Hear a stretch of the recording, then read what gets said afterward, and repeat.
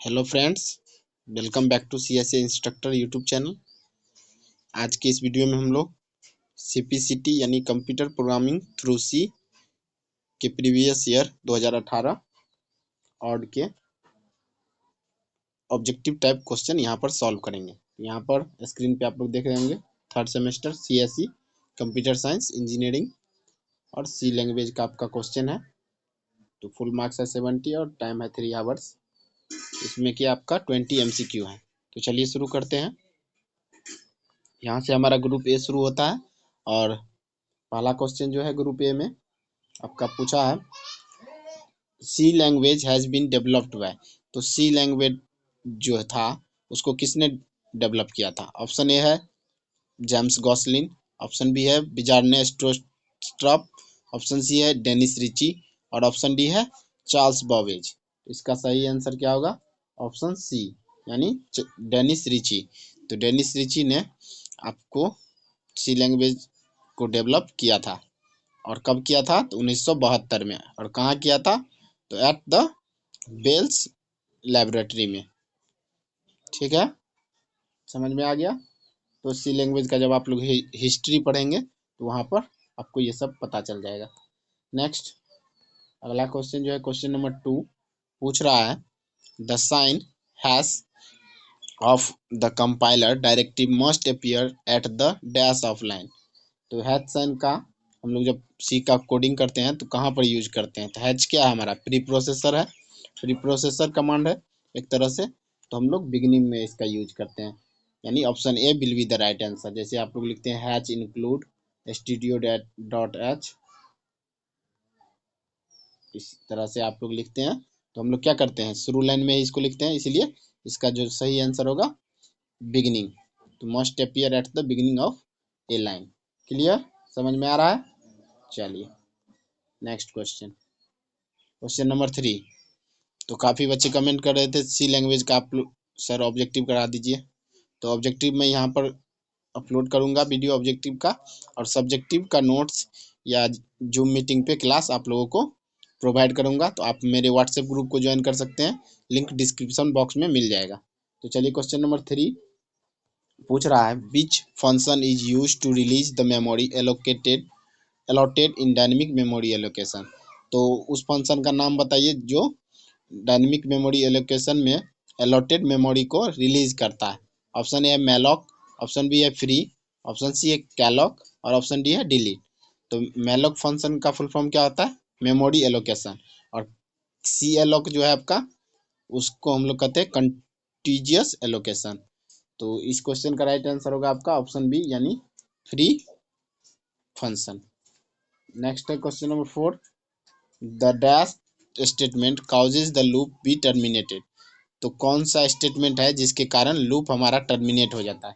आप लोगों ने लूप पढ़ा है आपका, जैसे होता है for loop, while loop, do while loop, इस तरह से हमारे लूप होते हैं। तो किस कारण से लूप टर्मिनेट होता है, किस स्टेटमेंट के द्वारा? ऑप्शन ए है एक्सिट, ऑप्शन बी है ब्रेक, ऑप्शन सी है आपका डिफॉल्ट, ऑप्शन डी है कंटिन्यू। तो इसका सही आंसर होगा आपका ऑप्शन बी यानी ब्रेक। ब्रेक स्टेटमेंट जैसे ही लगाएंगे तो हमारा लूप चलते रहेगा और ब्रेक को देखते ही ये क्या होगा? टर्मिनेट हो जाएगा। तो चलिए आप लोगों में से जिन लोगों ने प्रोग्रामिंग थोड़ा सा भी किया होगा तो उनको पता होगा, जो लोग नहीं किए हैं अब पता कर लीजिए उनको। नेक्स्ट है question number 5 which of the following is a logical operator. तो निम्न में से कौन एक लॉजिकल ऑपरेटर है? ऑपरेटर काफ़ी इंपॉर्टेंट है आपके एग्जाम के लिए, इससे कब सबसे ज़्यादा एमसीक्यू इसी से आते हैं। तो लॉजिकल ऑपरेटर के बारे में बताना है। ऑप्शन ए में है आपका double and symbol, option B है not equal to, option C है एंड सॉरी और ऑप्शन डी है ऑल ऑफ द अबव। तो इसका आंसर जो होगा सही answer option A. Logical operator में आपका होता है logical and, logical or, logical not. तो डबल एम्परसेंट साइन जो है ये आपका लॉजिकल ऑपरेटर में आता है। समझ में आ रहा है? तो आप लोगों से रिक्वेस्ट है आप लोग लॉजिकल ऑपरेटर और बिटवाइज ऑपरेटर के बारे में पढ़ लीजिएगा।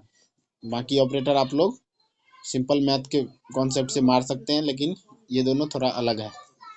नेक्स्ट है question number 6 if A is an integer, यदि एक क्या है इंटीजर वेरिएबल है, देन एक इजकल टू 5 डिवाइडेड बाई 2, ए में क्या करना है 5 में 2 से भाग देना है, तो विल रिटर्न ए वैल्यू, तो क्या वैल्यू रिटर्न करेगा। तो यहाँ पर क्या होगा हमारा, ये क्या है इंटीजर वैल्यू है, तो 5 को हम लोग डिवाइड करेंगे सिंपल भाषा में, तो 2 से, तो 2 जा 4, इधर हो गया 1 पॉइंट में जाएगा, यहाँ आ जाएगा 5, 2 पंचे 10, तो ये आपका हो गया। लेकिन ये जो आपका है गलत है, यहाँ पर प्रोग्रामिंग के कॉन्सेप्ट में ये आपका गलत हो जाएगा। सही क्या होगा आपका, यहाँ पे इंटीजर वेरिएबल है, तो 2 से 5 को डिवाइड करेंगे, तो 2 2 जा 4, और रिमाइंडर आपका बच गया 1, तो 2 जो है आपका भागफल, ये आपका राइट आंसर होगा। अगर वेरिएबल आपका फ्लोट में होता तब आपका 2.5 होता, लेकिन वेरिएबल आपका इंटीजर में है, इसीलिए इसका आंसर होगा 2। तो चलिए कौन सा ऑप्शन है 2, तो option C will be the right answer. ठीक है, समझ में आ रहा है। चलिए आगे बढ़ते हैं। Question number 7, which of the following is false in C, यानी सी से के संदर्भ में कौन गलत है। ऑप्शन ए है capital letter can be used in the variable name, ये तो आपका सही है। दूसरा है variable names do not contain blank space. तो क्वेश्चन नंबर 7 में पूछ रहा है which of the following is false in C. Option A है capital letter can be used in the variable name, ये तो सही है। ऑप्शन बी है variable name do not contain a blank space, ये भी सही है। ऑप्शन सी है variable names can contain a digit, तो ये भी सही है। ऑप्शन डी है keywords can be used as variable, तो ये आपका गलत है, तो फॉल्स पूछ रहा था, तो होगा ऑप्शन डी, यानी कीवर्ड्स को हम लोग वेरिएबल नेम में नहीं दे सकते हैं। ओके, चलिए नेक्स्ट क्वेश्चन है हमारा question number 8, which of the following is the correct way of declaring A float pointer. तो फ्लोट पॉइंटर को डिक्लेयर करने का करेक्ट जो वे है वो क्या है। ऑप्शन ए है आपका फ्लोट पीटीआर, ऑप्शन बी है float star PTR, option C है स्टार फ्लोट पीटीआर, और ऑप्शन डी है नन ऑफ द अबव। तो इसका सही आंसर जो है वो है आपका option B, float star PTR. तो इस तरह से हम लोग फ्लोट पॉइंटर को डिक्लेयर करते हैं। नेक्स्ट क्वेश्चन, क्वेश्चन नंबर 9 पूछ रहा है which committee standardize C programming language. तो कौन सा कमिटी था। ऑप्शन ए है एनएसआई, ऑप्शन बी है W3C, ऑप्शन सी है ट्राई, और ऑप्शन डी है आईएसओ। तो इसका सही आंसर होगा ऑप्शन ए, यानी एएनएसआई। तो एनएसआई कमिटी ने स्टैंडर्डाइज किया था सी प्रोग्रामिंग लैंग्वेज को। एएनएसआई का फुल फॉर्म होता है अमेरिकन नेशनल स्टैंडर्ड इंस्टीट्यूट। चलिए आगे बढ़ते हैं। क्वेश्चन नंबर 10 पूछ रहा है which of the following can not be checked in A switch case statement. तो स्विच केस में हम लोग किसको चेक नहीं कर सकते हैं। ऑप्शन ए है कैरेक्टर, ऑप्शन बी है इंटीजर, ऑप्शन सी है फ्लोट, और ऑप्शन डी है नन ऑफ द अबव। तो स्विच स्टेटमेंट आप लोग जहाँ पढ़िएगा तो वहाँ हम लोग केस वैल्यू देते हैं, जैसे केस 1, इसी तरह से हम लोग केस ए भी लिख सकते हैं, लेकिन केस फ्लोट में नहीं हो सकता है, जैसे 2.5 या 1.5, इस तरह से आपका नहीं होगा केस वैल्यू। इसीलिए इसका राइट आंसर जो होगा आपका वो हो जाएगा ऑप्शन सी, यानी केस को हम लोग फ्लोट में नहीं दे सकते हैं। आगे बढ़े। Question number 11, which of the statement we need to write in order check any condition. किसी भी कंडीशन को चेक करने के लिए किस स्टेटमेंट का यूज करते हैं। ऑप्शन ए है इफ, ऑप्शन बी है ब्रेक, ऑप्शन सी है कंटिन्यू, और ऑप्शन डी है एग्जिट। इसका सही आंसर होगा आपका ऑप्शन ए, यानी इफ स्टेटमेंट। इफ स्टेटमेंट का थ्योरी या डिफिनेशन यही है, it is use to check any condition. Next है question, question number 12, which of the following is not an example of looping system. तो कौन सा एक लूपिंग सिस्टम का एग्जाम्पल नहीं है। ऑप्शन ए है फोर, ऑप्शन बी है डू वाइल, ऑप्शन सी है वाइल और ऑप्शन डी है स्विच। तो देखिए आपका फोर लूप भी होता है, वाइल लूप भी होता है और डू वाइल लूप भी होता है, लेकिन आपका स्विच जो होता है वो एक तरह का आपका स्टेटमेंट है, वो लूप नहीं है। तो option D will be the right answer. Next question, question number 13, which of the following is bitwise operator. कौन सा एक बिटवाइज ऑपरेटर है? ऑप्शन ए है लेस देन, ऑप्शन बी है लेफ्ट शिफ्ट, ऑप्शन सी है इक्वल टू और option D है double equal to. तो इसका सही आंसर होगा आपका ऑप्शन बी, यानी लेफ्ट शिफ्ट जो आपका है एक बिटवाइज ऑपरेटर है। चलिए आगे बढ़ते हैं। यहाँ पर प्रोग्राम पूरा क्लियर नहीं आया है, इसीलिए इस क्वेश्चन को हम लोग छोड़ देते हैं। नेक्स्ट है 15 भी हम लोग छोड़ेंगे। तो question number 16, an int data type requires. तो इंट डेटा टाइप रिक्वायर्स करता है, ऑप्शन ए है 2 बाइट, ऑप्शन बी है 3 बाइट, ऑप्शन सी है 1 बाइट और ऑप्शन डी है 8 बाइट। तो इसका राइट आंसर होगा आपका 2 बाइट। इंट कितना मेमोरी रखता है आपका 2 बाइट। 2 बाइट इजिकल टू कितना होगा 16 बिट। क्लियर। नेक्स्ट ये प्रोग्राम देखिए यहाँ प्रिंट अच्छे से नहीं हुआ है इसका, तो इसीलिए हम लोग आगे बढ़ेंगे।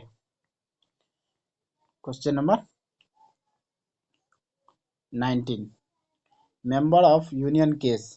तो यूनियन केस का मेंबर है, ऑप्शन ए है different storage location, option B है same storage location, option C है नो स्टोरेज लोकेशन और ऑप्शन डी है नन ऑफ दिस। तो इसका राइट आंसर है आपका ऑप्शन ए, यानी different storage location, use member of union. Last question हमारा क्वेश्चन नंबर 20 है, ASCII value of A is. तो ए का आस्की वैल्यू क्या है? आस्की क्या है? आस्की का फुल फॉर्म क्या होता है आप लोग? तो American standard code for information interchange. तो जो लोग जानते हैं वो लोग कमेंट बॉक्स में कमेंट कीजिएगा। तो आस्की कोड में ए का जो वैल्यू होता है, ऑप्शन ए 65, ऑप्शन बी है 32, ऑप्शन सी है 97 और ऑप्शन डी है 48। तो इसका राइट आंसर है ऑप्शन ए 65। आस्की वैल्यू ए का होता है 65। तो ये थे हमारे आज के 20 MCQ सी प्रोग्रामिंग के। तो आई होप आप लोगों को समझ में आ गया होगा और आंसर सभी का पता चल गया होगा। तो इसी तरह के MCQ पूछे जाते हैं और प्रीवियस ईयर क्वेश्चन ही रिपीट होता है बार बार। तो आप लोगों से रिक्वेस्ट है प्रीवियस ईयर क्वेश्चन को पढ़िए, तो देख लीजिए। थोड़ा हम लोग शॉर्ट टाइप क्वेश्चन देखते हैं जो लॉन्ग आपका है 4 नंबर वाला। कुछ क्वेश्चन है, ये 4 क्वेश्चन हम लोग देखेंगे। तो पूछ रहा है what is library function, mention any 2 library function. तो इसके बारे में बताना है। उसके बाद पूछ रहा है write a C program to print hello message using while loop. While loop के थ्रू आपको सी प्रोग्राम में हेलो प्रिंट कराना है, तो वहाँ पर आपको कोडिंग लिख के दिखाना होगा और उसका आउटपुट भी। Explain different data types in C. इन तीनों क्वेश्चन का मैं नोट्स ग्रुप में भेज दिया हूँ, आप लोग वहाँ जाके चेक कर सकते हैं। उसके बाद है what is the general form of do while statement, explain with example.